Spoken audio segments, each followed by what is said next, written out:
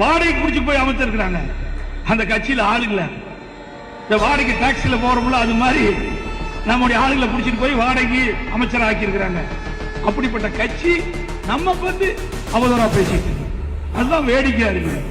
அது மட்டும் இல்ல, முன்னாள் அண்ணா திமுகவை சேர்ந்த 15 பேர் சட்டமன்ற உறுப்பினராக இருக்கிறார். எல்லாம் வயசாகி போச்சு. அந்த கட்சியில எல்லாம் வயசாகி போய் ஒவ்வொருத்தரா போயிட்டாங்க. அதனால நம்ம கட்சியிலிருந்து விலைக்கு வாங்கி அங்க அமர வச்சிட்டு இருக்கிறாங்க. அப்படிப்பட்ட கட்சி இன்றைக்கு அண்ணா திமுகவை அழிக்க பார்க்குது. நான் முதலமைச்சராக வருகின்ற பொழுது எவ்வளவு இடர்பாடுகள் என்று நல்லா தெரியும். எடப்பாடி பழனிசாமி 10 நாள் தாங்குவாரா, 20 நாள் தாங்குவாரா, 1 மாசம் தாங்குவாரா, 3 மாசம் தாங்குவாரா, 6 மாசம் தாங்குவாரா என்று பேசிக் கொண்டிருந்தால் மூக்கு மேல் விரல் வைக்கின்ற வரைக்கும் 4 வருடம் 2 மாத காலம் சிறப்பான ஆட்சி கொடுத்தோம்.